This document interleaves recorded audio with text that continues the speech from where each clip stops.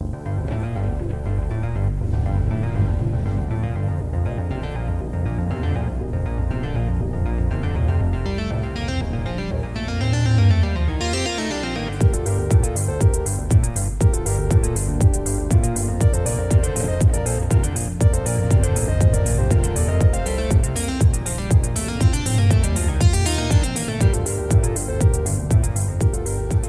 everybody, welcome back to another episode of the Mysterious Huntsman Podcast.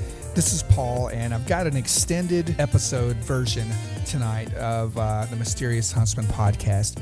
And we're going to be hearing from Rick from Wisconsin, and Rick is a Dogman researcher, and he was contacted by Lee from somewhere in Europe about her attack by a Dogman. And she reached out to him, and he's been helping her through a lot of scenarios and a lot of incidences that's been going on over there. And it's an amazing account, and I can't wait to get started. So without further ado, let's just bring on Rick and Lee. Hey, Ricky and Lee, I'm glad you guys could make it on the show tonight. And Ricky, you reached out to me and said that you have some experience with these kind of things with Dogmen, and have some stories, and just want you to start from the beginning about how you got started and where it's gone from here, and then you can we'll bring Lee into the picture and tell us her amazing account and then how you've helped her. Sure. I'm from Wisconsin. I think it all from little you always had these fascinations with cryptids, but it's not until you kind of begin to see things here and there in the woods that your fascination for them begins to grow. In my case, when it comes to the Dogman, I think it all started one night. I was taking out my dog in my yard, and I heard what I can only describe as a howl from American Werewolf in London. Having some knowledge of Bigfoot, I've never heard that before. So in my mind, it was like, that was not a Bigfoot. I tried to reach out to some researchers, but nobody was able to help me out.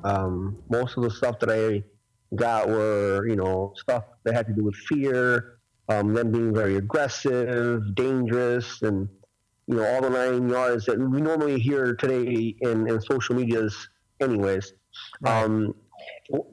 It wasn't until one night I walked out my side door to go get some, how in Walmart you kind of buy these packages of water bottles. So I went to my trunk to get that packet, and I had something coming up from behind me. At first I thought it was a cat, how they crawl. But to me, something was wrong because the eyes were a little bit bigger and whatnot. It was dark. I had a headlamp on, but it wasn't that really bright. And I looked behind. It kind of stopped, went back towards the trunk, and I'm trying to take this thing out. And I would look back again, and it was coming towards me. So I went towards it, trying to figure out what it was. And every time I would take a step forward, it would take a step back. Long story short, I went forward on it, trying to figure out what it was. It kept itself on the shadows. It went straight back in reverse. No turning like any other animal would. It just went right back in reverse to a tree that was in the yard. Got up. Now, when it got up, you see a silhouette, but between the tree and the silhouette, you can't quite, bring out any details and all that stuff. But I tried again. I tried going forward to figure out what this thing was, and all you would hear would be the branches breaking as it went up the tree, and it stood or laid or stopped on top of the tree. It was a big tree, tall tree, and all I saw was the eyes. Now, back then I had two dogs. I had a bulldog, which was about 80 pounds, and a shepherd, which was about 75 pounds. And one of the things that brought it to my mind was these eye shine were bigger than my dog. I went back, I grabbed the water, brought it inside the house, and I went back towards the tree. By then, it was gone. The eye shine was gone. Probably about a couple of days later, a day or two later, I was with my neighbor, and I just out of the blue told him, that there's something that was creeping up in the yard to watch it. We normally have coyotes and whatnot, and he begins to tell me his encounter. Where we lived, there's a path, a walk path, that goes directly into a marsh, and he tells me that on his way back, this was about 10 o'clock, 10:30. On his way back home, he heard rustling and things paralleling him on that path.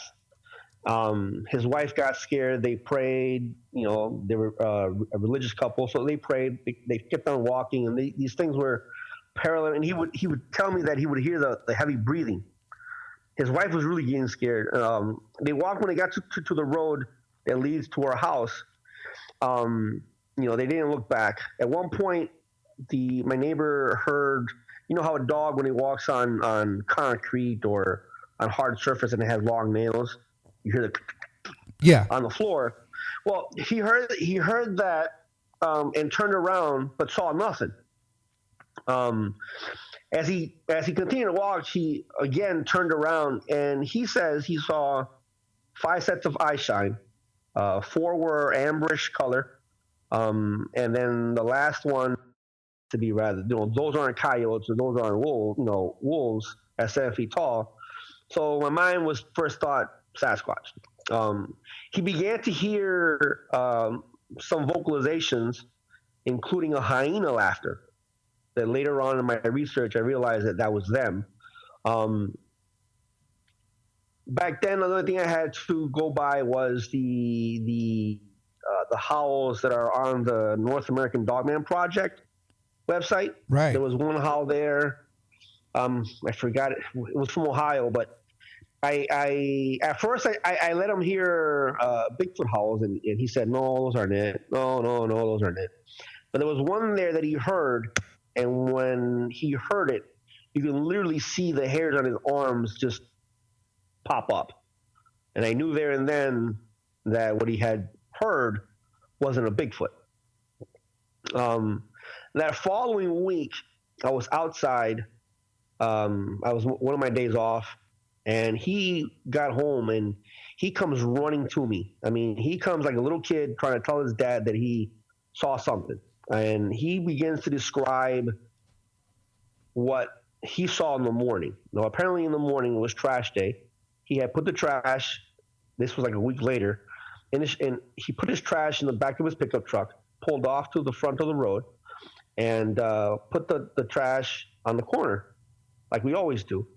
When he did that, he noticed that there was the lights in front of his truck were like dimming and brightening, dimming and brightening.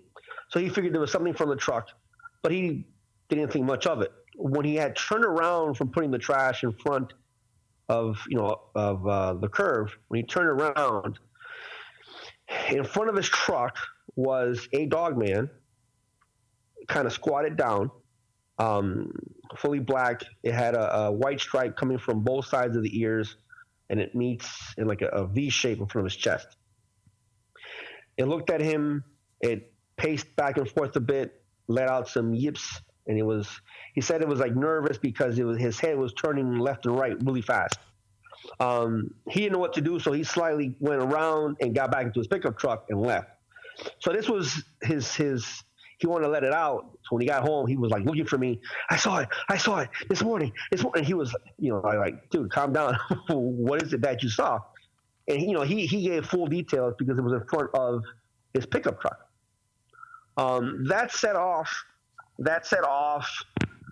1 year's worth of us having them in our property. During that 1 year in our property, we had many situations, not bad situations. I remember the most difficult one for me. We had a house fire. The kitchen caught on fire, and I remember it was around 11:30. I walked outside, and I was going to get a utility knife that my wife said that was in the cabinet that I just pulled off and I was replacing. As I walked to the cabinet and I bent over, I began to feel this intense feeling of dread, like dread beyond anything that I can ever imagine or think of, like I'm about to die type of dread. And being around cryptids before, the first thing that I did was look behind me, because in my mind, if something's in front of you, or you see something in front of you, there's something behind you. The front one is just is just a distraction. So I looked behind me, and the second I looked behind me, on the corner of the house was this white dogman who had just showed his shoulder and his head. And the minute I turned around really fast, he went back in, and all you would see would be part of his face. I went and looked forward again where I was, and all I saw, because towards that side of the house there's no lights, and the one that was behind me, the way I saw was with a silhouette, but because it's like a moonlight outside, you can see that it wasn't a dark figure, and it was next to the house, so the light from the inside of the house was able to give the proper reflection. But the one in front of me was farther off, and all I saw was this black silhouette slowly coming towards me. So my back went towards the house, but I was trying to keep myself composed, which I couldn't. All I can think of was my family. Towards my left, there were three more slowly stepping towards where I was. And in my mind, what I was thinking was, my wife is going to come out the door because I haven't walked in yet, and I'm taking too long. I gotta probably, the baby was not even 6 months old. Oh no, he was a year, probably a year and a half. No, that I recall. They were both inside, and my worry was for her to come out, the door would be open. At this time, the door was closed. So I went from fight or flight to fight. It was I'm not having her come out the door. Not knowing what to do, I had grabbed the utility knife from the cabinet. When I rose up to put my back towards the wall, I remember saying, "Back off. This is my house. I'm not running." Which in reality, I couldn't run. I was surrounded. I remember saying it twice. And my second time that I said it, the first one began to stop and slowly back off. And then the other ones began, sorry, I'm getting goosebumps right now, but the other ones began to back off as well. I remember going into the house and I collapsed, basically. I was trembling. I sat on the floor. My wife came out of the bathroom and she knew something was wrong. She said, is everything okay? And all I was able to say was, yeah, let's just get this floor done. I'm tired. I didn't want to tell her anything. Which it took a lot out of me because I was trembling. Had just come out of a situation that I knew I could have been a goner. But something happened there as well, and I realized that the way I responded made them respond in a different way. During that whole year, I mean, I've been walked up from behind, which was funny. You kind of figure out where they're at through eye shine through the cornfields, and because the minute you see one in front of me, my first thought, there's one behind me, and I'd always point behind, even if I knew it was there or not. And I would always say, knock it off. I know you're behind me. And sometimes you'd hear it run away back into the cornfields. They were kind of more like mischief teenagers. My neighbor had other situations, other times where he'd see them in the yard and whatnot. But I began to read up on, not read up on, but listen to podcasts. And unlike what some others may do, what I began to do, my background, I've always been in security. Now I'm a correctional officer for the state of Wisconsin. But I've worked in security pretty much all my life, including shift supervisor for Microsoft Security down in Puerto Rico. So when you analyze reports, it's not just reading a report. You're kind of studying what the person is saying. Studying, stopping, going rewind. He said this, go forward again, stuff like that. And I began to see a pattern in behavior, which then I applied, since I couldn't get help from anybody else, I applied it on the field. By then, I had put boots on the ground, and I said, screw it. Nobody wants to help. Nobody has information. Well, I'll do this my damn self. So I went out in the field, and whatever I was listening to, again, I would study things, and I applied it in the field. When I was on social media, I would listen to people's comments, read people's comments, but in my mind, I was listening to how they were saying it. And I came up, I met very interesting people, which would give some information, and I would apply that in the field again, and the whole picture began to come up. And I began to figure out things.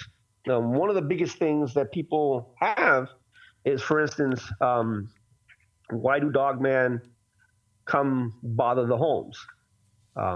It's one of the biggest questions that I've had in the past. And the first thing that I began to do was ask private questions. People kind of were like, why are you asking me that? And it was hard in the beginning because I was trying to tell people, well, it has to do with the research, but it's a private question.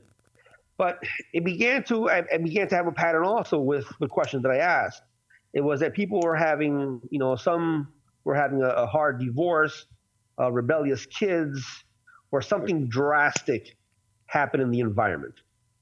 And soon after that, that's when they had the problems with the Dogman. So in my mind, okay, so drastic situations causes the Dogman to come up. And I'd use that a lot and to try to help people. But for me, there was something else with the figure. There was something else wrong. Why would a cryptid be upset because we have a drastic change in our environment? It's our environment, not theirs. And that hit me a lot. I need to figure that out. So in the field, I remember one moment in time, there was a good friend of mine, David Wheeler. We went out. Now, before I went out with him that day, I had analyzed sightings in a specific area, and this is in the state of Illinois. I analyzed specific spots where they had been seen, including bad smells. Rather with him, eyewitnesses, or even there was a security guard from one of the bases down there in Illinois, and we all. I kind of mapped out everything. So when I went to Illinois, I went down through the whole what I was searching on the map to see it face to face, and all of a sudden Dave goes, and this was where so and so smelled the foul smell. So I parked in. It was a park. It's a parking lot, and it's a little boat dock. I parked in there, and I said, wait a minute, I think I got something. And I went in. We went in through a little trail, and sure enough, when we went into the trail, Dave began to feel sick to his stomach. I looked back, and Dave said, "There's something wrong." And I said, are you okay? Can you continue to walk? And he goes, well, yeah, but there's something wrong here because I feel funny. On that trail, we found a partial track, not enough to, let's say, cast or anything, but you can see what the track wasn't a human, and it wasn't Bigfoot either.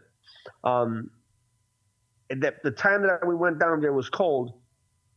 So the area where Dave got his weird sensation it's kind of muddy in the summertime. But then back then it was kind of froze. So I was able to walk, and I told Dave, hey, I'm going to go down here because I want to search for tracks, since we found the track up there. I don't think 2 minutes passed by, and all of a sudden I see this head come out of these tall, dry grass, looks at me. Well, I looked at it, and it popped its head back inside really fast. And I started screaming to Dave, Dave, behind me, check behind me.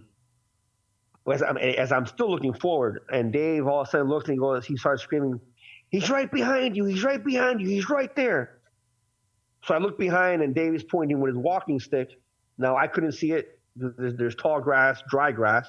It's like a swampy area, so you have these tall, dry grass. So I told Dave, keep an eye on him.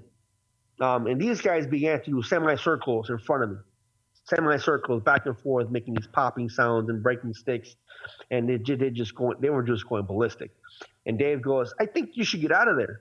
And yeah, you're right. So I walked back, and my mind is just going 1,000 miles an hour, 1,000 miles an hour. And I got to Dave's like, damn it, Dave, I don't have nothing on me. I got no audio. I got no nothing.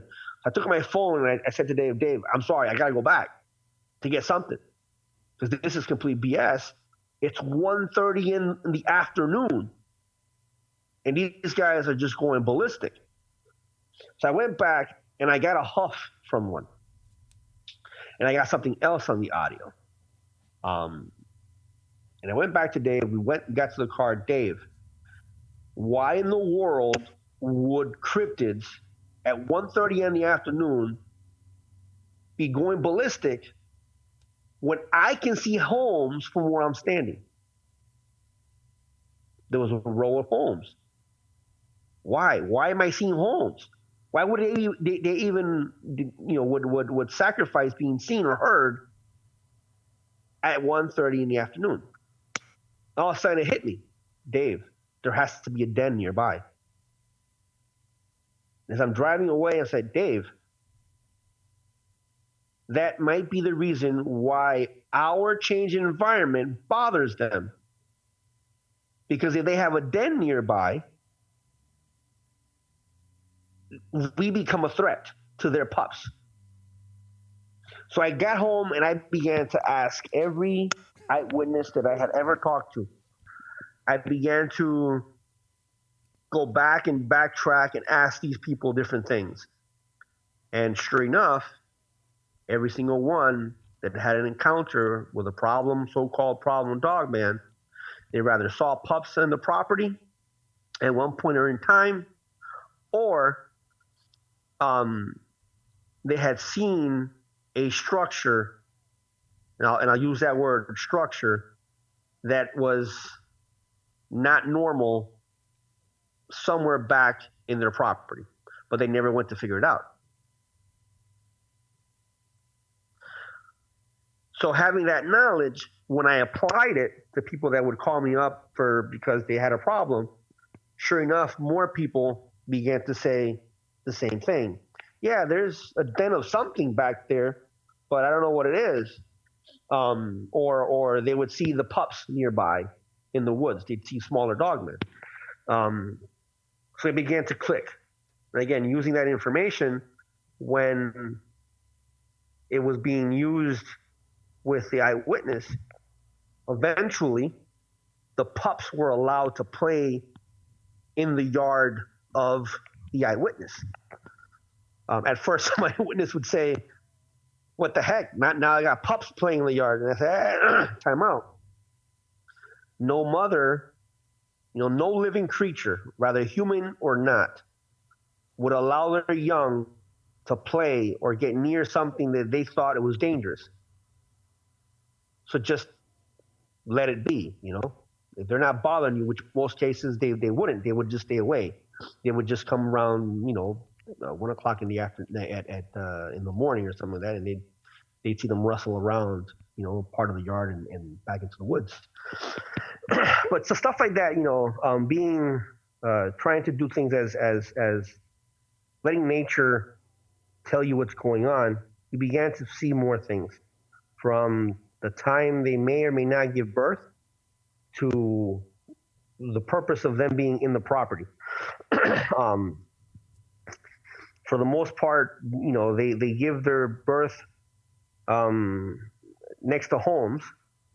So when for instance, we have a bad divorce, the dogman may come to the property and to figure out what's the problem. Now, when a drastic situation happens in the home, things change. If, for instance, and I'll give this as an example, with a bad divorce, you probably have two people screaming. You'll have cars coming in and out. You have people moving. You'll have probably kids crying or also yelling. All this creates a curiosity in the dogman because they got pups around. When they come to the house, the minute that the eyewitness or the homeowner sees a dogman, if they react with bad, let's say I'll use that word, negative towards the dogman, then things escalate, and it escalates because now the dogman is in, I'm defending my pups, and you're acting negative, so now we have a problem. And that has happened. We had one case in Massachusetts just recently before I introduced Lee. In Massachusetts, a son came to live over with his mom. He got pushed out of his own home and he went to live with mom. All of a sudden, you have this dog man making a hole on top of the roof and causing havoc. The roof had to be replaced, but during that time, this dogman was just causing bad situations, ripping the shingles off the roof, a bunch of things. And I got contacted, and I started asking the 20 questions that I asked. I don't just hear an encounter or a story, and that's it. No, I have to ask questions. I have to hear the whole thing. I'll stop you in the middle of it, to ask you questions, and I'll let you go. I'll keep on going. And I was telling the eyewitness, because the eyewitness was like, no, I don't think so. But I need you to find out. I need you to have the actual information for me. So it began that most of the things that I was telling her, were yes. This is here, yes. That's there, yes. This is that. And I told her, I bet you any amount of money that dog man is trying to break a hole in the roof where her son sleeps. And she went and asked, and sure enough, that was exactly what was happening. The dog was trying to make a hole where the son slept. And one of the things that I say is, listen to nature. If he's trying to make a hole where the son slept, something's going on with the son. So I started asking private questions, and because there's two eyewitnesses, one didn't want to ask the other one, and I said, you have to ask them. Once asked, the son was very disrespectful towards the mom, was causing parties with, a bunch of alcohol and whatnot in the property, and that upset the environment because he's new, but he's causing a ruckus there. So the mom realized it was the son's problem, and obviously this son is not a teenager. He's a full-grown man. She kicked him out. Well, once she kicked him out, guess what happens? The dog man left. Never came back. It would walk on the outskirts of the property. The mom would see it once in a while, but it never came back into the property to cause trouble once the son was kicked out.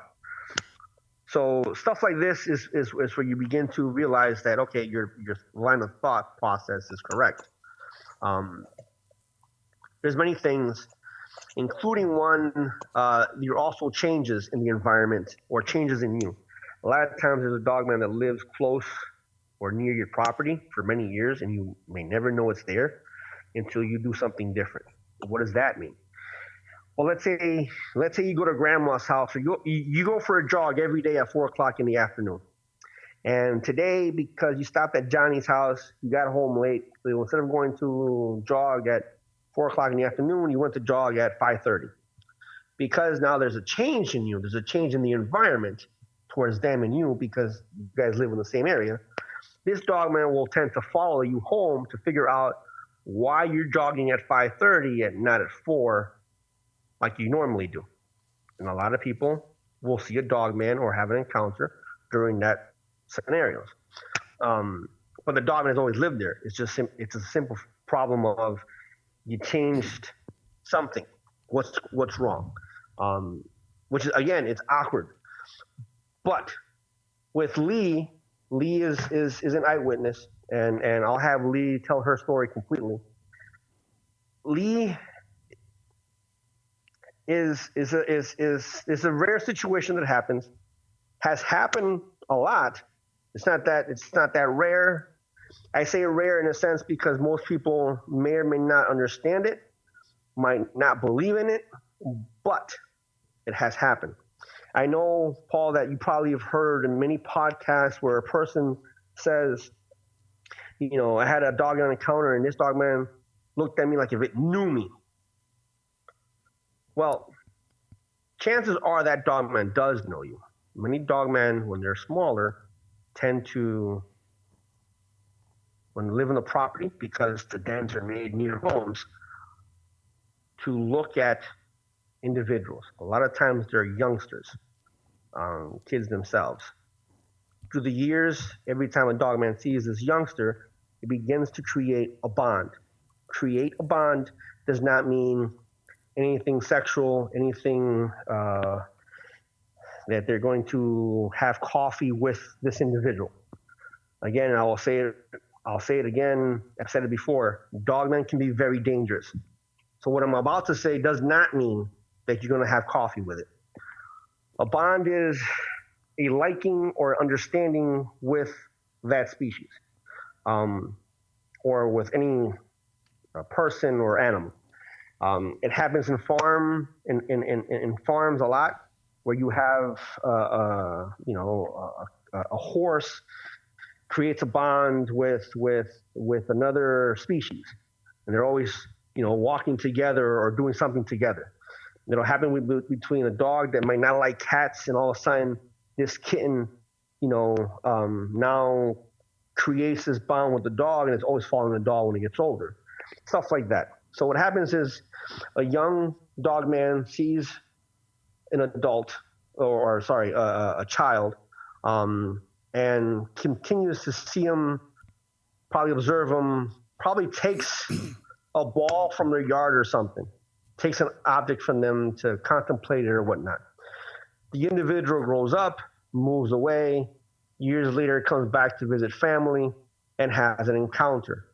The dog man, now that it's also an adult, looks at the person like, I think I know you. Are you the same individual? A lot of times nothing goes beyond that.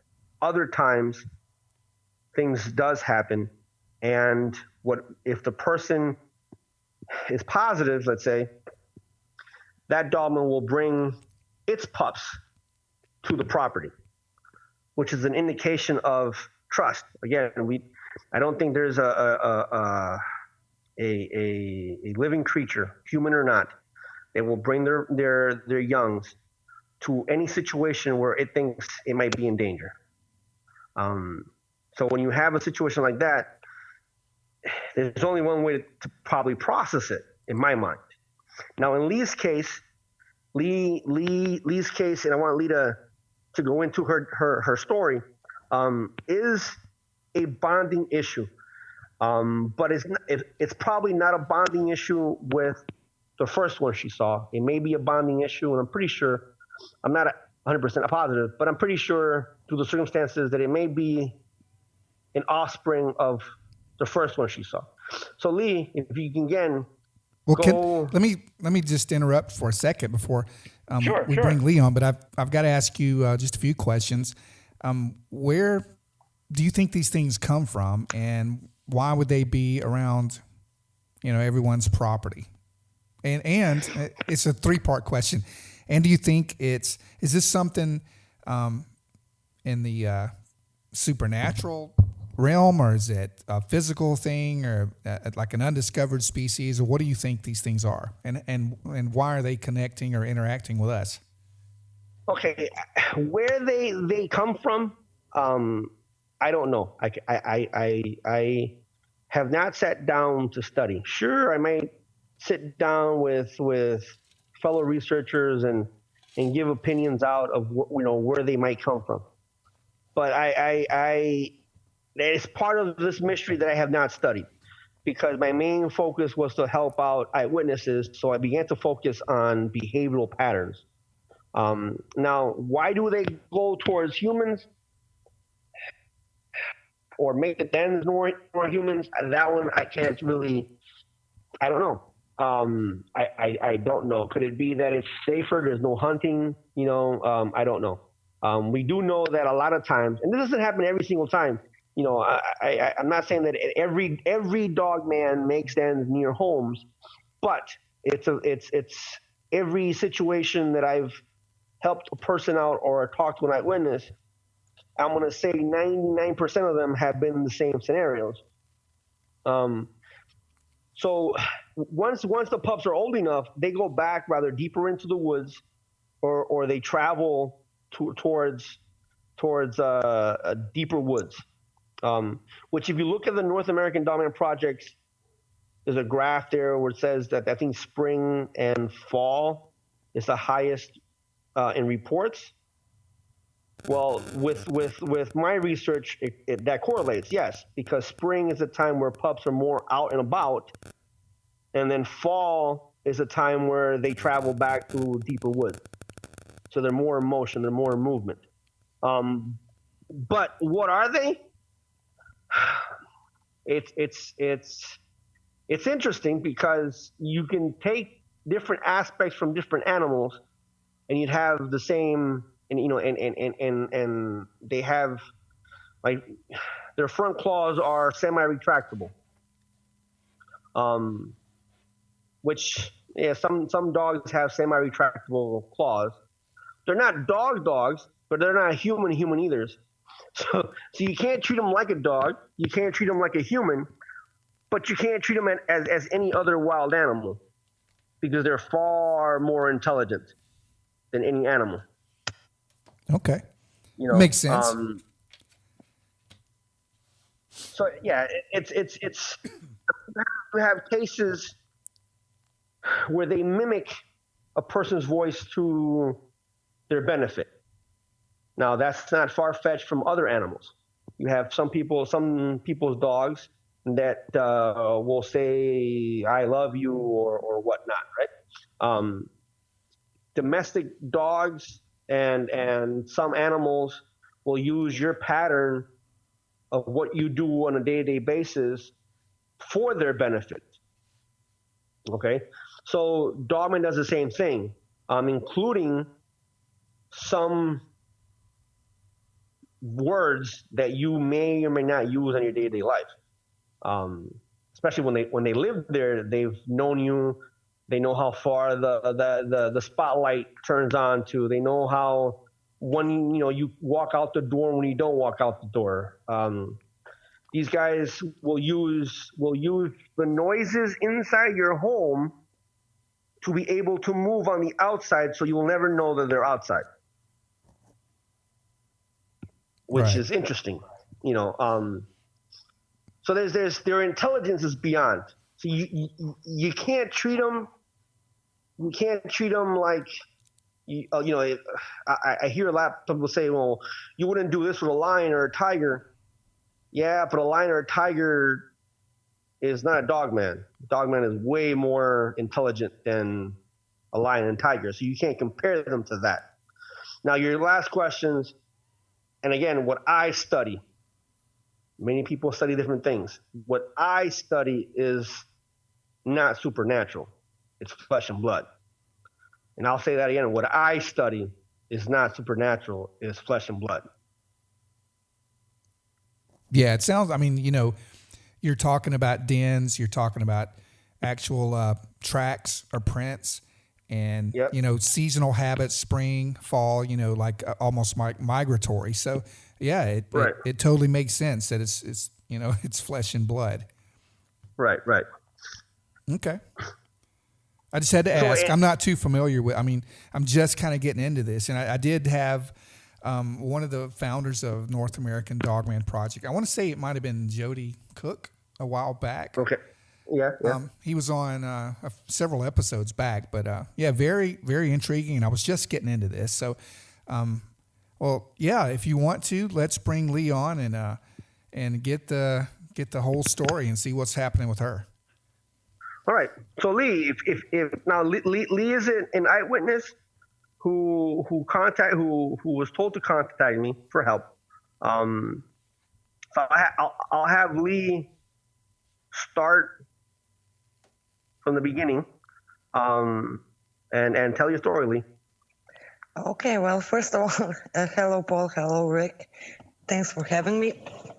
Well, my Dogman encounters go way back, more than 20 years, and they are different than Rick's. So in some cases, my first encounter happened over 20 years ago. It was 6th of January. I remember that because it's a holiday. And I was walking my dog.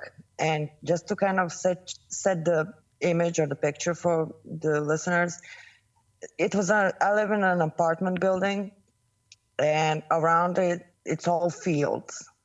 Fields. As far as I can see, they're fields. So it was, I don't know, 8, 9 o'clock at night. And I was walking my dog, and all of a sudden my dog got restless. And so sure, I let him off the leash and, let him chase rabbits or whatever he was going to do. I'm sorry, my voice is trembling. Well, after, let's say, 20 minutes or so, half an hour, because it was cold, it was January, I wanted to go home. It was some movie on TV that I really, really wanted to see. And so I started calling my dog, and he didn't come running like he usually would. So I went further and further into the fields trying to find him, and he was nowhere to be found. All of a sudden, I see this thing that I thought it was, okay, it's my dog. He's just found, I don't know, a rabbit hole or something, and he's just not listening to me. So I started yelling at him and approaching him. And when I was like 15 to 20 meters away, and I'm sorry for using metric system, that's what we use, I noticed it wasn't my dog. First of all, it was kind of scrunching down, and when it looked at me, it was huge, and it had this red eyes, and he let out this metallic growl that I don't know how else to describe it, except it kind of shook the entire body. What I did then was, as now I know it was my biggest mistake, is I just turned around to run. Well, needless to say, I didn't get very far. I maybe made 1 or 2 steps. The next thing I remember is waking up in a hospital. They were preparing me for the surgeries, and I just was able to tell my mom, dog. She obviously thought that I was thinking about my dog, that I lost my dog, whatever.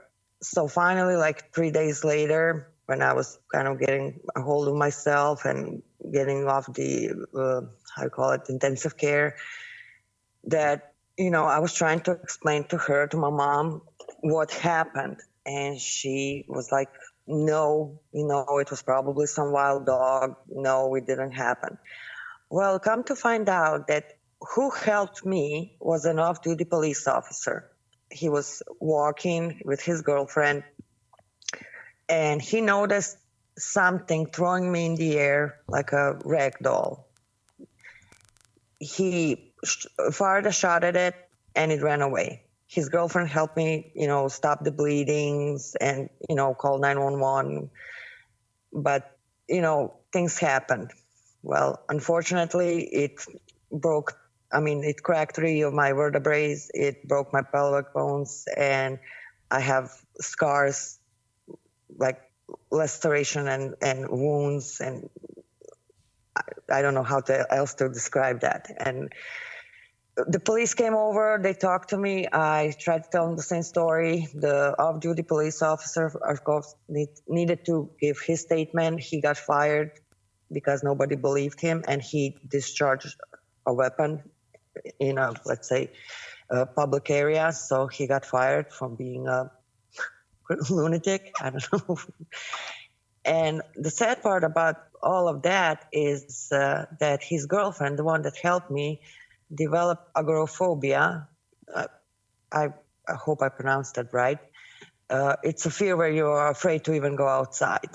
And eventually she committed suicide. So that was kind of a story when you get attacked and you have this encounter and nobody believes you except one person, and he really cannot do much to help you. You can just sit down and talk about it, but it was a split-second decision.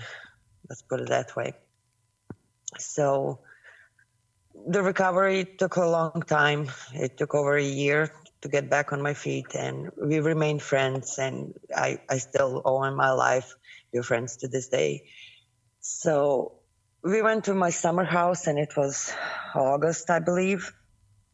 and we were playing soccer. It was 6 or 7 of us. And we decided we are not going to talk about dogmans or anything like we here call it werewolves. We're just based on movies because we never have encounters with them. We just don't know what they are. So all of a sudden we were playing soccer outside, and it was starting to get dark, and the ex-police officer, I don't want to use his name without the privilege, he came over to me and he said, "Don't look back, just walk into the house." And of course, the first thing you're going to do when someone says don't look back is you're going to look back. So I did. And on the fence, there was this black dogman. I could just see his head, and it had the same red eyes. The smell was it's bad, and Rick is going to explain that better than me, I guess. The smell was something like a dog, like a cow and pig feces. It wasn't like that. It was an intense smell that you cannot get rid of. Even my clothes from the hospital that they gave to my mom, what was left of it, she threw it out because she said it stunk so bad. You just can't wash it. And of course, I was missing one of my shoes, so that also got thrown out. Anyway, the dogman that was looking at us, it didn't do anything except look at us. Of course, we were all panicking, locked ourselves in the house, called 911, got the police, and it just stood there looking at us, looking at him through the window, and did nothing, like nothing, just stood there until he or she heard the sirens, and then he just bolted for woods. Of course, the police came over, and they did the drug and alcohol test. We all came back negative because nobody is using drug or drinking. And we all like, as soon as they left, we all got in our cars and went home. That was the last time I went there. So that was my 20-some years encounter with them. And after that, I didn't even know how to, let me just catch my breath, okay, for a second. Sure. You can erase that, okay? Thank you.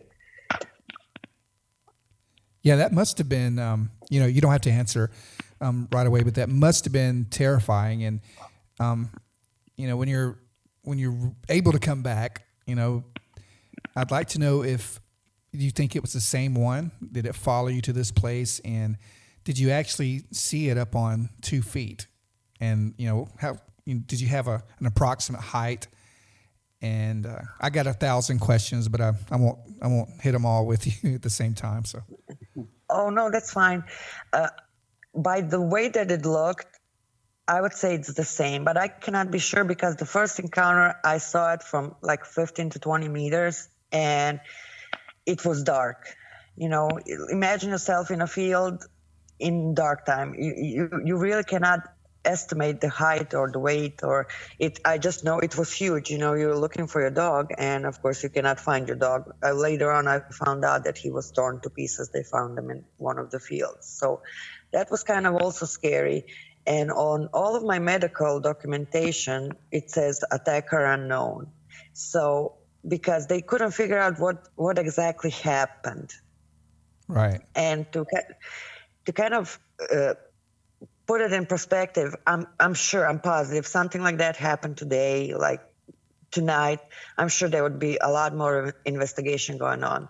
But way back then, we were at war. So we had like thousands of people coming in a hospital injured or dying. So they really didn't have time to, deal with someone that is saying something supernatural or some cryptid attacked them.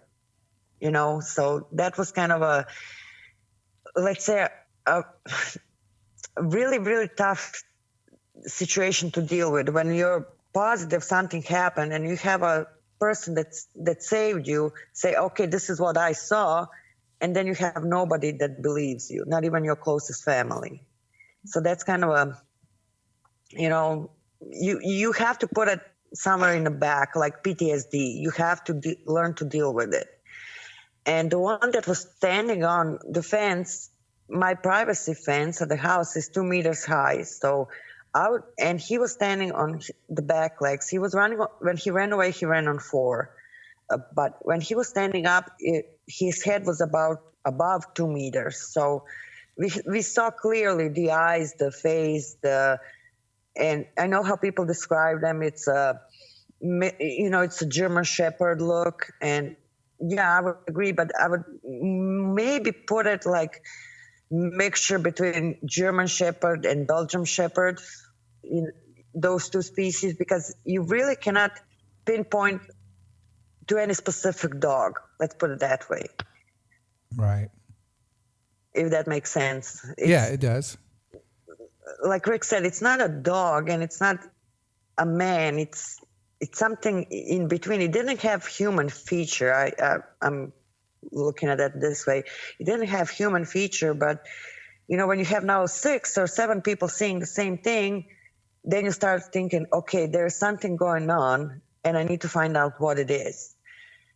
Well, I didn't find out what it was because I never saw it again. I then went back to that house. It still sits abandoned. But, a couple of months ago, or I don't know, Rick, I'm lost in time now. Probably how long? 3 months, maybe? 3 4 months, yeah. Yeah. Yeah, I was, like I said, I finished college, I got married, had kids, got an apartment. Life was great. Life was super. Have everything you want. Have great 2 jobs. That's awesome. Well, all of a sudden, one day I was walking to my car, and I saw a feather on it, which, isn't a big deal. It's a feather on a car.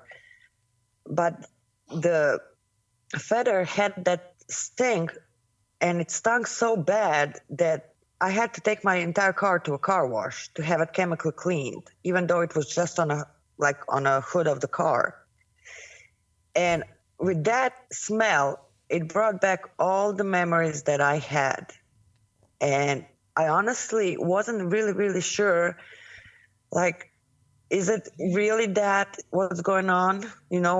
Are they back, or is it back, or is it, just me? So the next day I parked my car behind the building, and next morning again, I, got to the car, and the same thing happened again. There was a feather. So I was listening maybe a few podcasts about it, and I said, well, I need to figure out someone to help me. And that's how I got in contact with Rick. Okay. Yeah. I was going to ask how you guys got connected. Yeah. One of the guys that was doing podcast recommended Rick, and I don't even know how to thank him enough, honestly, because, and this is I'm going to just say it, and, however people are going to take it, they're going to take it. Hello. Hello. Hey, I think we lost you. I think. Yeah. I don't know what happened. I told her. What's that? I told her, freeze in the thought where you said people are going to take it the way you're going to take it, because the rest of it nobody heard, because we got disconnected. I know there was a long pause after she said that, and I'm like, this is going to be the biggest bombshell in history. and then nothing. But then I figured out we dropped the call. So yeah. All right. Sorry, guys. Oh God. No. I was talking to myself. Oh, I'm used to that, talking to you, Rick. Yeah. I'm thinking, come on, Lee. We can take it. Come on, just tell us. So. Nope. All right, I'm sorry. All right, Lee, go ahead with your thoughts. Well, like I said, people are gonna think whatever they want to think. But when I got to Rick, and when I finally got in contact with him, I was scared. I wasn't a grown-up woman with job, kids. I was terrified. I I didn't know what to do, how to act, how to behave. I was doing this, and now that I think of it, yeah, I'm laughing at myself. But I was doing this. Oh, I'm gonna wait for them, like on a balcony, and I'm gonna see who is doing that or why. And I could never get them, like ever. So finally, I got in contact with Rick because I really didn't know what to do. My first priority was A, I don't want to see them, and B, how to get them go away. That was what I was thinking. And finally, I got in contact with him, and his first, I think, 100 questions were, well, can you show me the map? Can you show me can you pinpoint where you're at? And can you tell me where the lake is? And can you tell me where the I don't know, the shelters were? I'm like, seriously?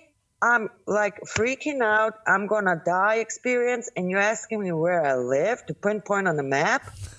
So we were having this ongoing, because first of all, we don't know each other, so he doesn't trust me. And I'm thinking to myself, okay, this guy just wants information so he can, like, if I go missing, he can call in and say, she said that her last location was here, and that's it. So that was my opinion of it. And I really didn't understood it until later on, why he was doing and why he was asking so many questions that were irrelevant. Like, did you have a fight with your husband? The first logical thing that you're going to say is, well, why the hell do you want to know that? I am calling you for Dogman. Okay, right. Let's focus here. So we went back and forward, and I told him a story, and this is where not opinionists, but researchers really do come in handy. I told him a story. I was like, well, I was reading to my kids about animals, and we were doing who's your favorite animal and things like that. And, they were like, oh, one said lion, one said tiger. And I'm like, well, what's my favorite animal? And they said wolf. And I was like, well, why do you say so? Because it honestly didn't make any sense. Why all of a sudden a wolf? My first choice would be a cat, but okay, let's figure out why it was this. And they were like, well, because you're running with them.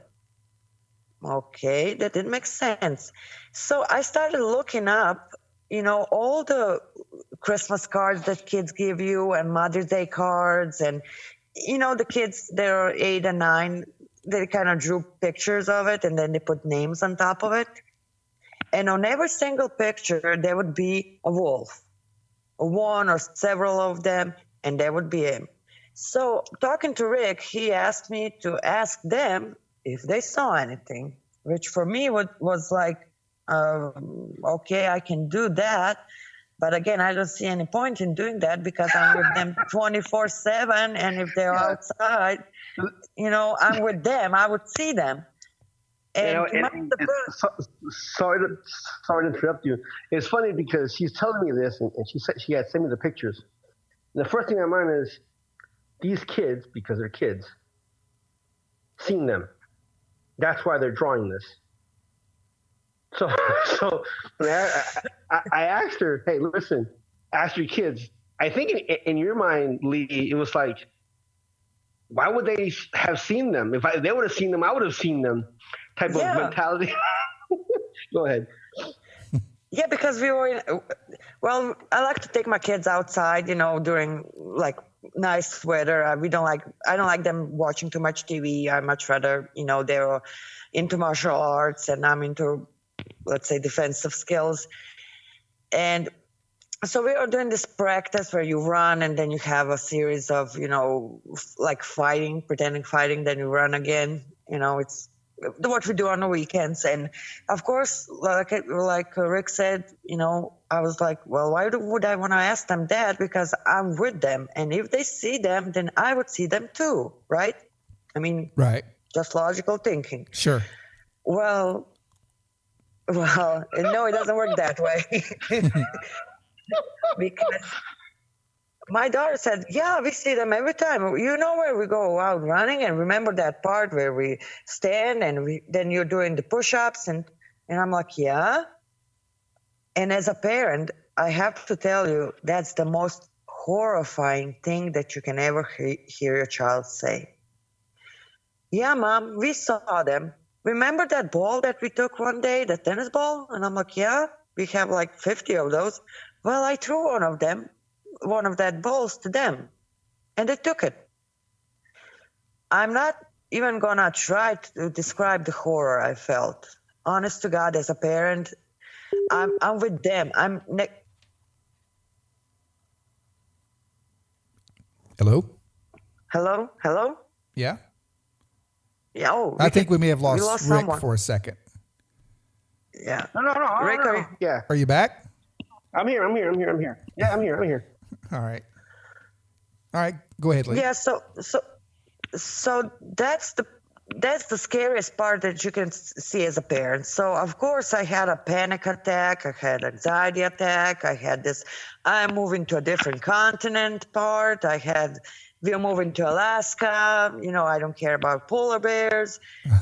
You have 1,000 scenarios in your head just to protect your kids. Yeah, I have to say that I'm not going to say where you are now, but I know the area in Europe that you're in, and literally almost hundreds, if not 1,000 years, you guys have had these kind of reports and these kinds of attacks by these creatures. So I don't think I would blame you if you moved. Well, yeah, but see, we have a strict law because, and I think I even sent that to Rick, where it says, you're not supposed to talk about it because you're spreading fear, right? Public fear. Yeah, so that's like a felony. So we really don't talk about it. We're really kind of a, deal it on your own type of situation. So thankfully I have Rick for my panic attacks. So he got phone calls in, I don't know, I think at 3 a.m., 4 a.m., 1 a.m. I don't know. Well, can I ask you something? And, being from that area or just in Europe in general, how do you, and like I said, I'm new to this phenomenon sort of, what differentiates this from like the legends or lore of the werewolf? Well, I honestly can't answer that question because I only saw the dog soldiers, and I really wasn't much into cryptids or paranormal or anything like. I'm not even a believer, and so when I listen to those podcasts, and this is my opinion. Like I said, this is my opinion. When someone says, "Oh, you should pray or you should do this," I'm not a believer. This doesn't work out for me. No, this is a real problem that I have to deal with, so based on the experience and based on the training that you have or that I have or Rick has, I had to make a choice. Let's put it this way. First of all, I told Rick that I really need to get my kids out of harm's way because it started with the feathers, and while we were talking, it progressed. One morning, my neighbor rang the doorbell, and I think it was weekend, and he was like, "Well, did you check your car?" And I was like, "No." "Did someone hit me on a parking lot?" And he was like, "No, go take a look." So I went downstairs, like, okay, what's going on? And I see this huge dead rabbit on my car, on the hood of the car, and it smelled like them, so that they're leaving you. What I figured out later, what Rick told me later, there were gifts. And needless to say, I was, of course I'm not going to bring a dead rabbit into the house or the stinking feather, but guess who will? Right. When you have kids, they will take the feather because it's nice, no matter that it smells so bad, but it's really, really nice feather. Yeah, the feather was nice. It was long black feather with white dots. They told me it was probably owl's feather. I'm not sure. But, there's one thing of bringing a feather, and the other thing is bringing a dead rabbit in a house. So, no. Yeah. And some So- people may see that as a threat, and then, like you said, I think I'm leaning toward what Rick's saying. I think they're gifting, albeit odd, but it's probably the only way they know how. Well, it's interesting because in the beginning, with Lee, you go through the whole scenarios of what you're commonly seeing. Now, what I call, and I'm gonna use this word for it. And again, I want to emphasize this does not mean no sexual bonding or not. Bonding is a certain trust. The bonding wasn't in my mind when I started talking to Lee. After several conversations, is when I began to realize, wait a minute, an animal, a creature that is giving you stuff isn't really wanting you harm. It doesn't make sense, because if I give you gifts, then I'm not trying to be the bad person here. If I'm giving you gifts, right? Some might say, well, he's probably luring you out. Well, later on in Lee's story, you'll see that that's not the case. And with the bonding, one of the things that I analyzed with Lee's case from the beginning was normally and again, I don't like comparing them to other animals, but when a predator has its prey and it's ready to eat it or is eating it, in this case, it wasn't eating on Lee, but even if you fire a gun, sometimes it might run away with it. It might take its last bite and then run away with it.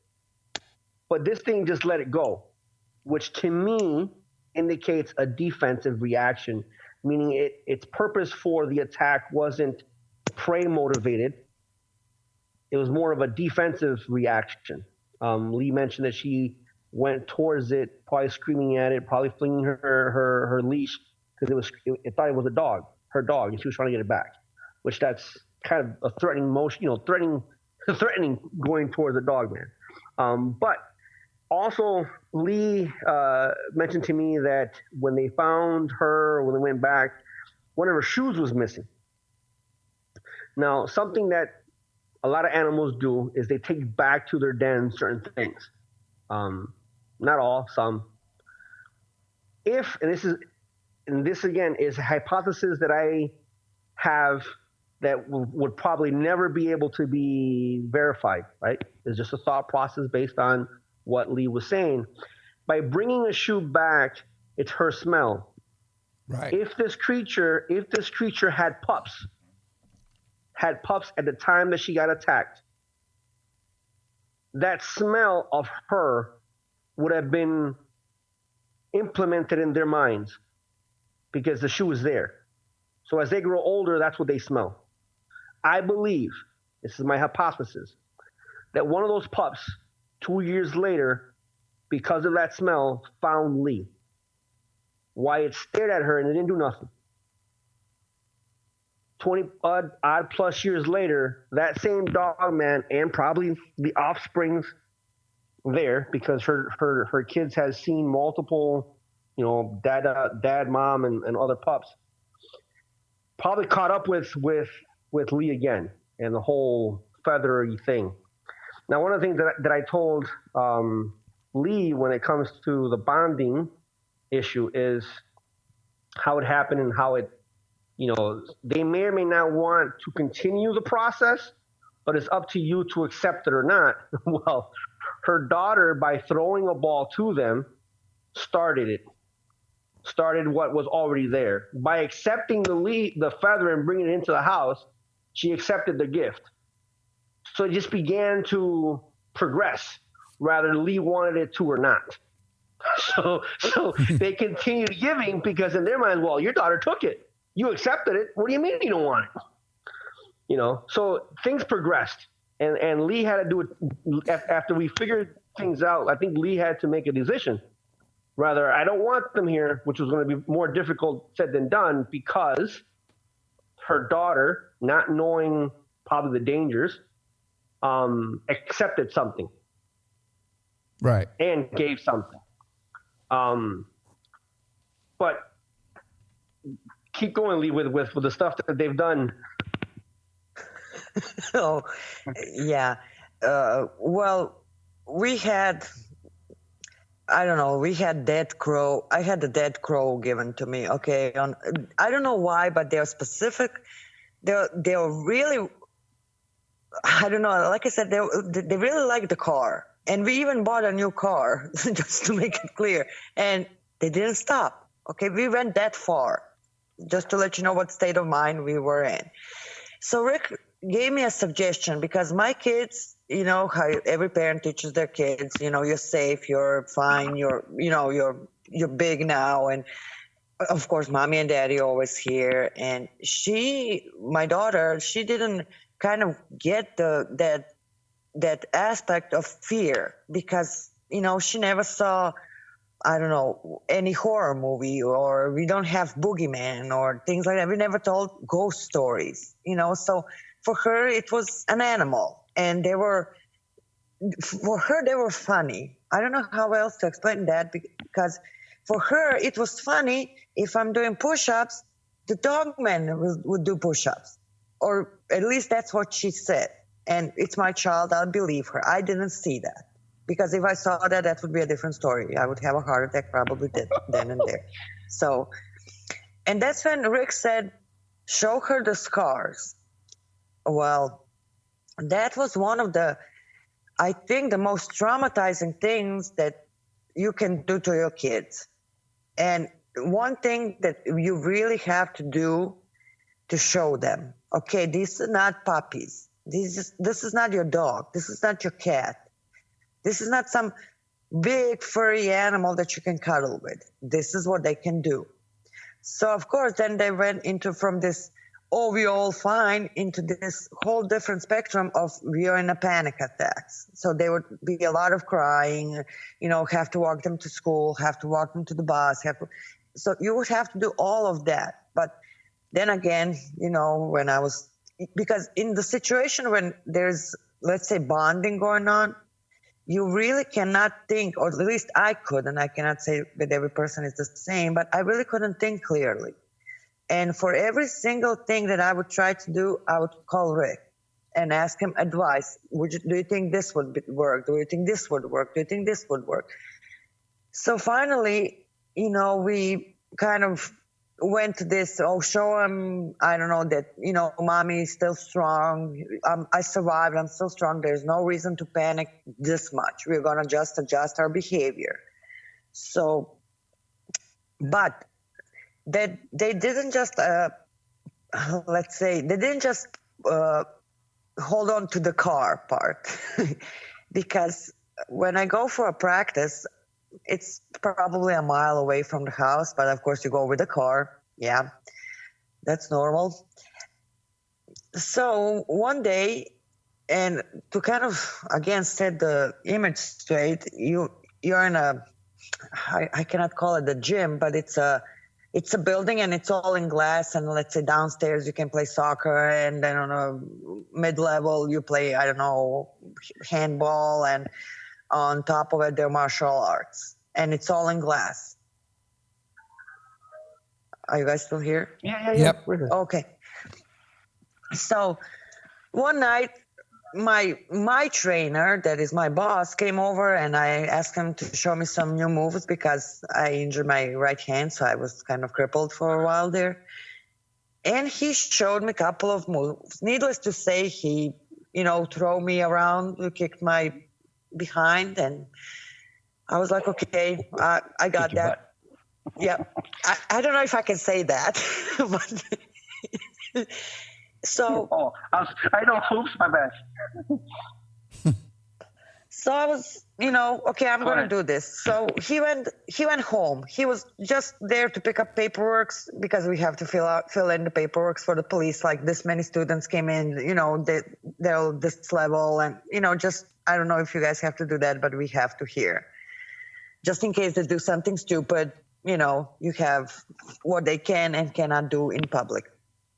So he went down, he picked up the paperwork, went downstairs, and all of a sudden he came running up the stairs again. And he's like, do not go out. There's something huge outside. There's something growling at me. I didn't see it. Just don't go out. And I was like, okay, what was it? He didn't see it. It was just this loud growl. And he, of course, he waited for me, and we had a security guy escorted us to our cars. Like I said, again, I didn't see nothing. But on the practice, when he wasn't around, one of the nights, I was approaching the car. So the practice was done. People were waiting for me to lock up and head home. So we all kind of, because we sometimes go have a cup of coffee. I know it's late at night, but we are European. And all of a sudden I was approaching the car, and it stunk so bad. It was them. Okay, it's just the smell that you cannot get out of your head. You just can't. And I look in the hood of the car, and I was like, nope, there's nothing here. Okay, that's fine. That's great. So where is it? So when I put the car in the reverse, I noticed that there's a dead cat under the car. So I wasn't too thrilled about it, to be honest, because I really didn't believe that they would follow you on your routine. For me, they were like animals. If you're here, you're here. You don't go, running around chasing a certain person. So people were making fun of me for running over a cat. That was joke of the month. And of course, I called Rick again and asked him, well, would, this growl could be them. And he said, based on a previous experience, and correct me if I'm wrong, Rick, based on a previous experience, yes, they felt that he was threatening me. So that kind of put it on a different perspective, on a different level, well. And then it came a point in time where you have to make a choice, like Rick said. Well, to be honest, you build your life here, and now to have it all starting over again is really not an option. And this is kind of where your instinct kicks over, and you want to protect your kids. And by protecting them, I don't mean hiding them. I mean showing them, listening to someone who has so far, let's put it this way, to that point proven to me that everything that we tried to do worked. So I listened to his advice, and he left me with an option. Well, my option was, okay, I'm not going to get rid of them because they're not going to move. No matter what I do, they're not going to move. And I really cannot let my kids grow up in fear and being petrified. That's really no way of living. So we did I took my daughter to the edge of the woods, like Rick suggested, and did a hand gesture. I don't know how people are familiar there, but when you're doing a body language, or if anybody has ever dealt with someone, or I'm sure everybody saw, let's say, police officer, when he has this, posture that he has and a certain voice that he uses, Yeah. Affirmative posture. Yeah. Right. So I was trying to do this. I don't even know how to describe that. That would be, if someone saw that, they would think that I probably lost my mind. Okay. I was doing this, pointing at my daughter, saying no, and putting her behind me. When we were walking towards the woods, she was walking behind me, to my right, but behind me. And when we were walking away from the woods, she would walk in front of me. So that would be kind of, and we did that a couple of times. And to repay the gifting, we would bring marbles, red marbles. That's what Rick said works. And it honestly works, because they were gone the next day. And I even did the little thing where you hide them in a tree so people don't see it, because you would have to know that they were there to go get them. And, Right. and they were gone the next. So yeah, I didn't see them. Let's put it this way, just so everybody's clear on that. I didn't see them in the woods, but they apparently saw me. I don't know how much they understood, but my daughter hasn't seen them since. So, but we did this thing a couple of times. Well, when we have, and now Rick is going to laugh again, and I'm sorry I cannot tell this part of the story without laughing also. The only person that has a problem with all of this is my husband. And he's the nicest person that anybody can ever meet. I'm sorry, he just is. Not because he's my husband, but he's really, really nice person. And he's like, I don't believe in this, don't stop it, just knock it off. It's not funny. You're scaring me. And I'm like, okay, I'm not going to talk about it. So he went to work one day, and he drives a semi-truck. And I'm sorry, I still have to laugh at this one. And he parks close to the woods on a parking lot, because here in the city and where I'm at, the parking lot is just for the cars. And if you try and park a truck, you're really taking up the entire parking space. So he he went for work, and he called me like an hour later, and he asked me, like, do you know what happened? And I'm like, I really don't know. You left for work. Well, I don't know how to say this, but the truck is full with wood. And I'm like, what do you mean? It's full of wood. What are you saying? And he was so angry and so frustrated that in this 20 years, I never saw him that way.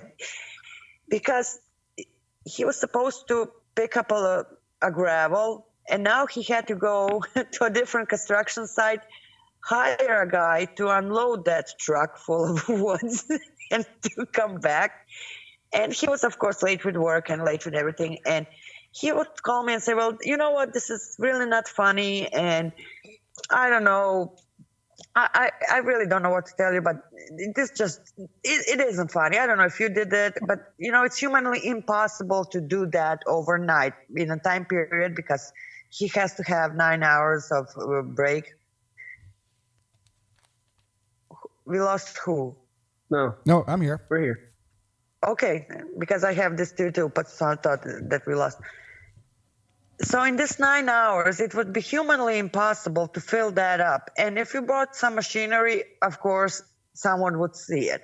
And there's really no need for woods. So anyway, he started, we started a conversation, and I told him, well, this is going on, this is going on. And of course, he started to panic. So I left him, and because my trainings are at night. And I told him, you know what? Here you go. There's your phone. I have my phone on. If something happens, just give me a call. I'll come back. Thinking I never saw them. He sure isn't going to see them. Like, okay. Well, one night he called me like 18 million times in 1 minute. It was just call. And I was like, what? I thought maybe something happened to the kids. And he's like, no, listen to me. I was on a balcony. I was smoking. All of a sudden, something threw a rock at the balcony window, and it broke. And there was a bunch of stuff on the trees, and I'm scared, and I don't want to do it. You just need to come home. And he was all panicking. And that's when I realized that I really have a bigger issue with him and kids than I do with an actual problem. So we all had to get on the same page. Okay, we're going to do this, and this, okay? Well, it's easier said than done. Let me put it this way. Because when you have something that you never saw, something that, yes, you've seen scars, but, like my mom says, that can be caused by a wild dog, let's say, rabid dog or something. And then you have things happening that shouldn't be happening or shouldn't be humanly possible to happen. And then you have something throw rocks and throw things at the tree in front of your house that reaches out to our balcony. Yeah, you don't feel real comfortable. I mean, you can cut this out later, but when a husband calls a wife to come save him, you know you have a problem. Okay, you know there's something wrong with that picture. Well, So, yeah, it Rick, sounds. do you want to add something to? No, I was going to add. No. When was the Go ahead. last? Oh, I'm sorry, I didn't hear you, Rick. That I was just going to say, when's the last thing that's happened, and what kind of time frame are we on? Well, before I answer that, I would like to say one thing that I think is crucial. In my mind, back then, I was still scared. To some degree, I'm still scared now, okay? You will not see me or hear me say, oh, I'm going to go look for them. No, I'm not doing that, okay? And in that time period, when all of this was happening, my husband was, of course, scared. So what he wanted me to do, and this was, I think, will kind of fit in that part where what Rick said about, having a schedule, is he wanted me to take him to the truck. Okay, that's fine. That sounds fine. I'll do it. So it was 4 a.m, and I don't work until 7. So, it's early. And I was walking from outside the apartment building, and I didn't even pay much attention.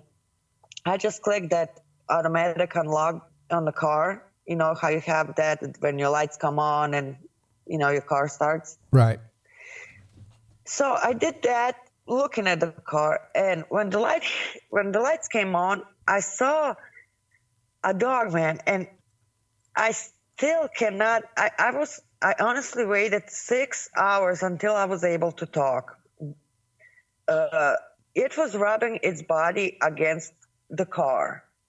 I don't know why it does that. I don't know.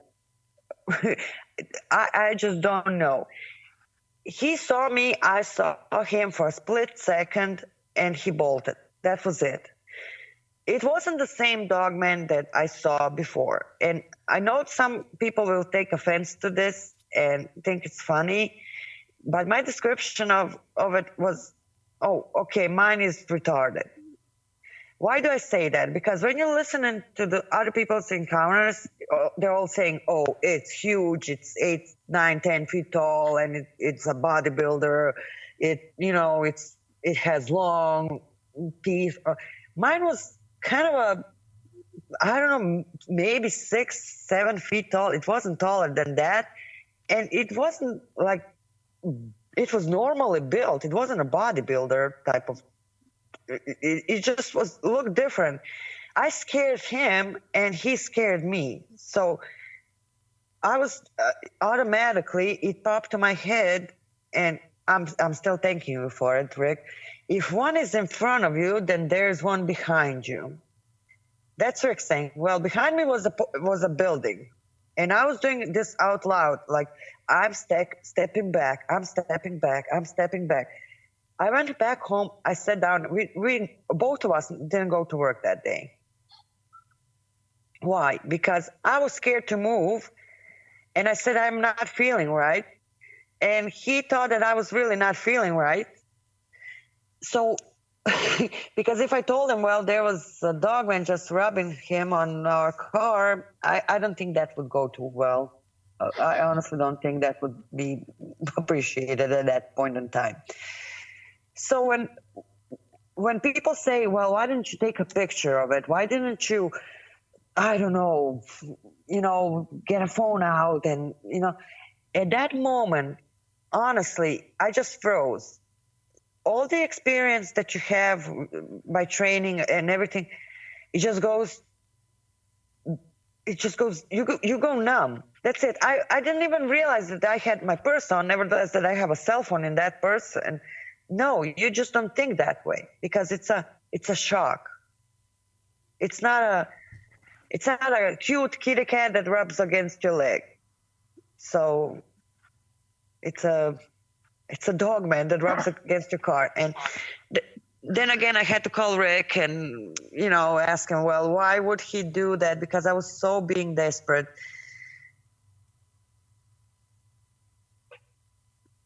You wanted to say something, Rick?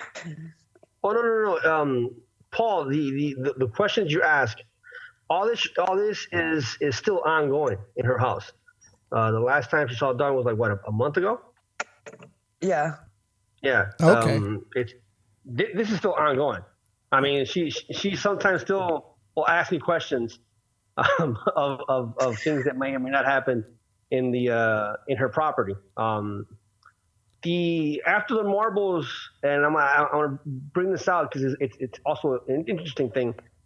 Once the marbles were gone, I think 2 days later, maybe Lee, they gave her some agates. Yeah. On her car.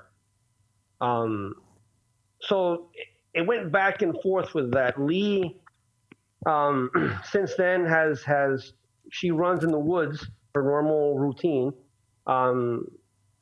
And again, when she walks into the woods, something that I mentioned to her is, once you get there, let them know that it's you and that you're coming.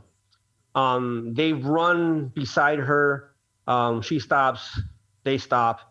One of the things that I do with eyewitnesses do, because I have vocalizations that I've recorded. When the eyewitness tells me, well, I heard this or I heard that, I can bring out a vocalization, have them hear it. A lot of times, like Lee did, like, oh my God, yes, that's it. But it's an interesting part when it comes to one of Lee's scenarios. The day you fell, Lee?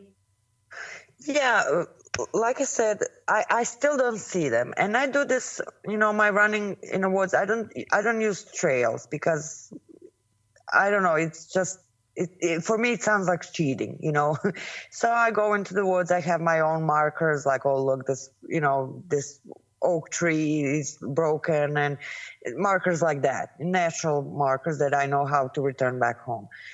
And like Rick said, sometimes I feel, okay, they're not here. And then I would hear them run. Like when I stop, I can hear them panting. Am I saying it right? That noise, for example. Yeah. Okay. And on one of those days, I was running and it was really, really nice outside. And I slipped and fell. And honestly, I didn't think that they were anywhere close because I couldn't hear them. And as I fell down, I all of a sudden heard this clicking sound, and we had so much problem of communicating what kind of sound that is, because I was thinking of one thing, and then Rick gave me an example because I was trying to imitate that sound, that vocalization, and we finally did that. And I hope he'll share that sound. Uh-huh. They started doing that clicking sound like they were right next to me, and yet I couldn't see them. And of course, you get scared. Like I said, I'm not the bravest person on the planet. I got scared and I got up and I did this, panicking smile, like, oh, I'm fine. And once I got up, it stopped. So, of course, I finished my route and I called Rick and I was like, why did they do that? They were like right next to me. What do they want? So and this is where it comes handy, listening to nature. In nature, the vocalizations that she heard are a clacking sound. For the people, I mean, Lee probably has had them in Europe too, but in the States, at one time, they were very popular. Those two little balls that were attached to rather a plastic V in the middle of a stick. Oh yeah, like a clatter stick. Yep. Well, you do that rapidly. When the two balls hit, it sounds like that. In the field, a lot of times when there's you probably hear, let's say a Bigfoot do a tree knock, you'll begin to hear that clacking sound. So based on what nature tells you around before, what happens before, during, and after, that sound is a sound of being worried, caution, all those words that you might think of, right? So when she fell, they began to do the same thing. And this is where research comes into play. You have a hypothesis of what something may mean based on what happens around. They did this, they do this, all right, and then they leave. So when she fell, they did the same sound. So now your hypothesis gets stronger, gets debunked, or you move on. And with her, it was the same issue. It seemed that they were worried, cautious, anxious because she fell down. And it's interesting that when she got up and said, "I'm okay," they all stopped. Ah. Yeah, Okay. yeah. But what's scary about it is, and I keep forgetting that because your mind doesn't work properly. Let's put it this way: when you're in that kind of situation, because I keep calling Rick and I keep telling him, you know what? I can hear them. I just don't see them. I don't see them. I know they're here because they sounded like they were right here, like right next to me, and I couldn't see them. And of course, he asked me again, like for the 1,000th time, did you just look up in the trees? I'm like, no. Well, did you look down? I'm like, no. I looked straight ahead and I couldn't see anything. So that's one of the things that people should really, and including me, of course, should really learn is like, it's not just what's in your eyesight, like you're scanning for people, because as a person, you know that nobody is going to attack you from a laying down position or jump from a tree on top of you. They're not going to do that. That's their disadvantage. But in a case when you're dealing with Dogman, you really should look up and down. And I still haven't mastered that, I admit. But what brings this all together for me in my head was the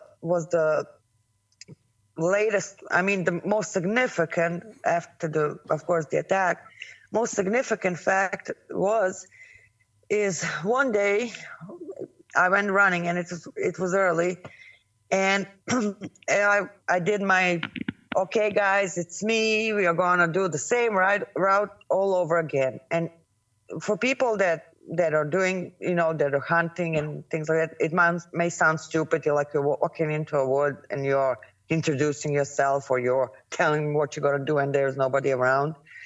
But you never know. Okay, I didn't know that they were there. I didn't know, but I do that every day. Like, okay, I'm going to do this. Okay, I'm going to do this. Right. So as I started running, I heard this growl. And it was scary. I mean, okay, you never growled at me before. What the hell? So I ran a little bit, faster and a lot faster than I would usually run.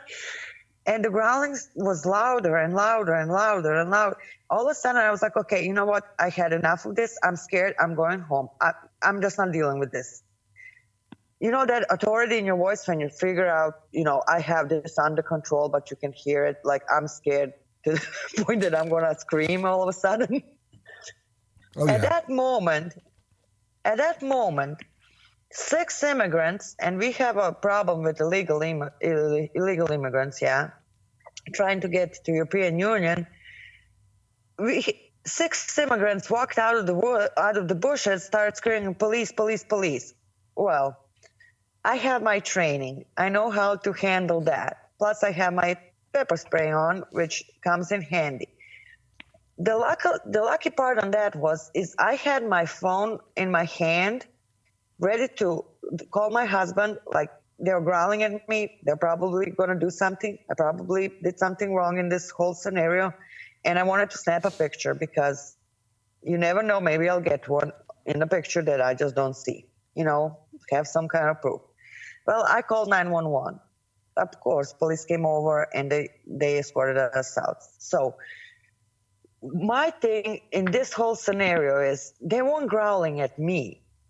They were growling to warn me, if that makes sense to people. So not every growl, because they're not humans. They cannot say, well, you know what, we should probably leave the forest or the woods. There's something waiting for you and you're not going to like it. So they cannot throw sticks at me. I mean, they could probably, but what is that going to make me do? I'm going to think they want to play fetch, for example. No. So I don't know. Here in Europe, I didn't hear them talk or communicate. So I don't know. So the only thing that is left for them, in my opinion, was growling. That's going to, like if you have a dog, if it growls at something, it's going to get your attention. So in my opinion, they really, really saved me. Because if I ran for like another 200 meters, I would run directly into them. So that wouldn't be fun at all because you don't expect people that deep in the woods. especially that early. And no, you just don't do that. I mean, Right. And, Yeah. I mean, and yeah. Go ahead, Rick. no, what I was going to say is they screamed police at her. So in case the audience is listening, they were running from the police. They were running towards her while saying that. Okay, so hadn't she had her training in pepper spray, she would have probably been in a very bad situation. So I wanted to clear that up, that they weren't running from the police. They were running to weren't. her, screaming that. So anybody else with less training or any normal individual would have probably ran or probably gotten caught in the midst of them going after the individual. Right. Well, I tell you what, this has been an amazing encounter, and I hate to cut it short, but I definitely want to have you guys back and wrap this up for like round 2.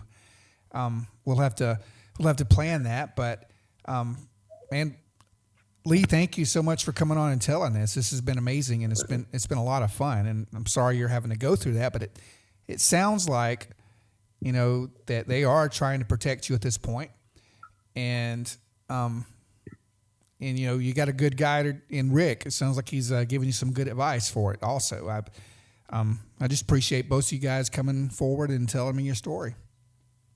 Yeah, I really want to thank you for having us, and I really want to thank Rick. Really, really, really, because none of this would have gone the way that it did if it wasn't for him. So, and my thing is, like Rick said, and I want to say it too, those are not kind animals. Those are animals. So, you know, don't go look for them. Don't go, you know, hunt them down. Don't go, because if they feel threatened, believe me, I still have scars to prove it. If they feel threatened, they'll attack, and a human is no match for them. So, you know, respect them as an animal. In my opinion, those are animals, and respect them as an animal. Right. Rick, what you got, man? Well, you know, one of the things that I like the audience to know is Lee got attacked, and I think for the most part, that's something, you know, you're listening from a person that actually got attacked and survived and is telling her story. Lee was able to go back and do things that she loved to do. Go back to run into the woods, have a normal life, right? With several adjustments here and there. So I guess my biggest thing for the audience is you don't have to live in fear. Once you figure out why, how, you can fix things.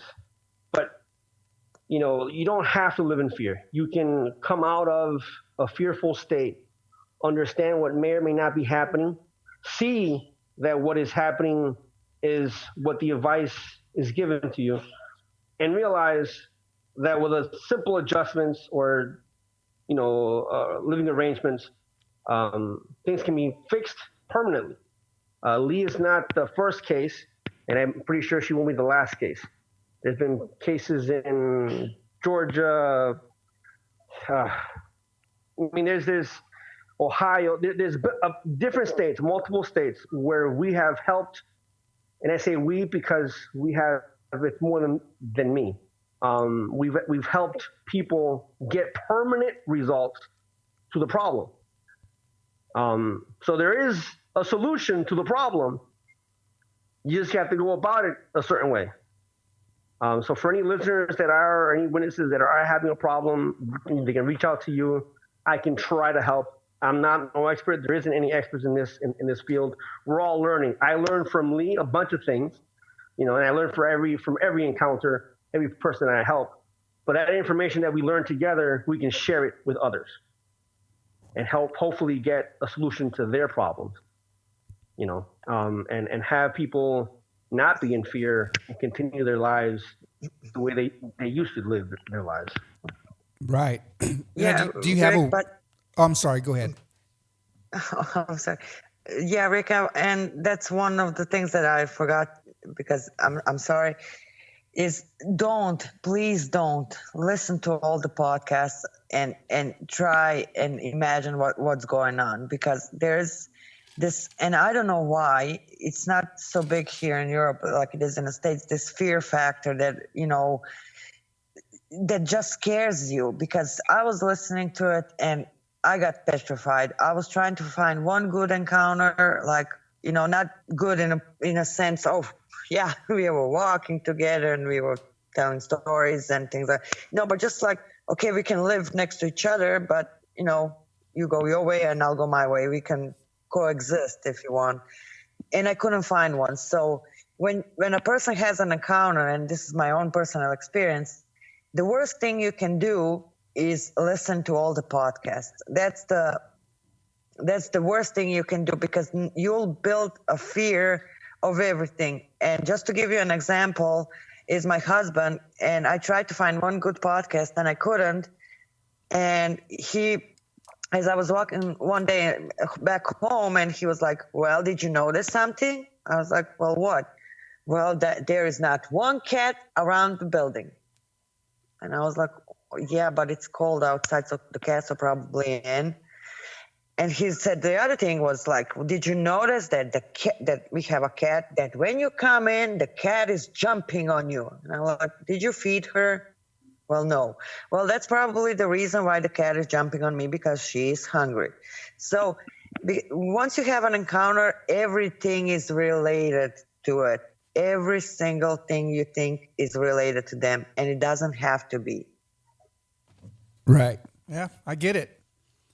Well, Rick, is there a way that anyone can contact you, or would you want to put that out there for folks to contact you if they have a problem?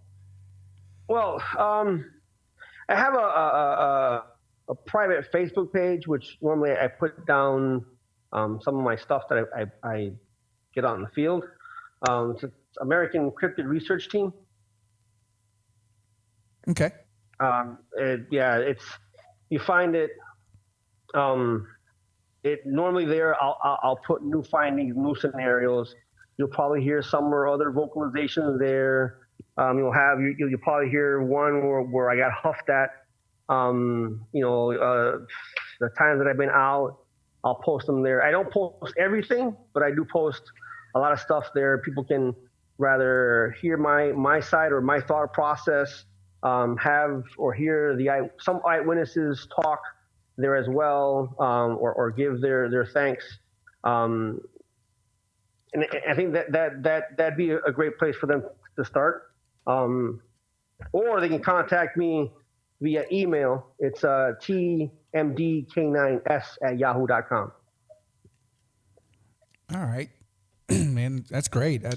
I know I don't think there are a lot of people that do research this right away. I mean, it's kind of a new field, sort of, but not really, if that makes sense. But yes, and hopefully, any listeners, they can contact me or you, or I'll definitely we'll stay in touch. Yeah. But Lee, thank you so much for coming on and telling your story, and thanks for being brave and not letting this phenomenon scare you. Keeping you from doing what you really love to do.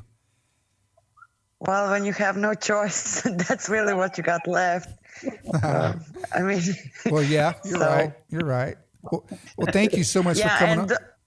No, what's that? Oh, no, I wanted to say one more thing. Like, I have a million things I wanted to say to people, but I'm in no way expert. Let's me put it this way. I'm in no way expert, but if you're scared, then don't drag someone else into the woods thinking you're safe that way, because then you'll both be scared. So, I'd rather stay out of the woods. That's my whole deal. But not every experience needs to be bad. It's not going to be perfect. It's not going to be romantic. It's not going to be Hollywood scenario where everything goes smoothly and you fell in love at the end.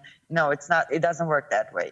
But as I understood it, and I'm a living proof of it, you can have, I would say, a protector that will protect you if you need one. I honestly didn't believe that. I was shocked. I don't know. was beyond myself. Like, I was happy. To be honest, I was happy. So not every experience needs to be bad. Mine started bad, but it did the 180, and it turned out to be like the nice experience. No matter that it was scary, it was nice. At the end, when you sit down at the couch after, I don't know, 2 Xanaxes and thinking what you just survived, it's like, okay, this is really what I need to go and thank them. So not everything is bad, and definitely, listen to what the nature is saying. And of course, contact Rick if you have any questions. That's my advice. Just contact him and just go on the site and see. You'll find that there are a lot of people that are dealing with the same issue that you are. You're not alone, and there is a reasonable fear, but that's not the state that our people are in that see them first time you see them. It's fear. I don't know. It's panic, fear, shock, anxiety, all mixed together. So, right. Sounds like good advice to me. And Rick, thank you so much for contacting me and coming on. And I really appreciate your time and your research. And man, feel free to contact me anytime. Both of you, if you have any thing, like I said, I want to have you guys back for round 2. And sounds like we got a lot more to talk about. But I'm sorry, I kept you guys this long, and we'll just get together soon again and have round 2 for it. All right. Sounds good. Sounds good, Paul. All right, you guys, Okay. stay safe, take care, and Rick, just like I said, you have my number. Just contact me anytime, man. All right. Cool. Sounds good. Bye, Paul. Bye, Rick. Bye. Bye, guys. All right, guys, that's a wrap on this extended version of our extended episode. Had a lot of information, and I really appreciate Rick for coming on with his, he's been digging deep for a long time and researching this phenomenon. And a big thanks to Lee from the European region. I know it's late over there, but I really appreciate her coming on and her bravery and telling us her stories. And again, guys, please keep sending the emails, and you can reach me at mysteriousHuntsman@gmail.com. I love to hear your stories, and if you'd like to be a guest on the show, reach out to me. And you can also find me on my website, mysteriousHuntsman.com. I'm on Instagram and Facebook. Oh, and the old YouTubes. So stay tuned, guys, for upcoming episodes, and thanks for listening in, and we will talk soon. Later.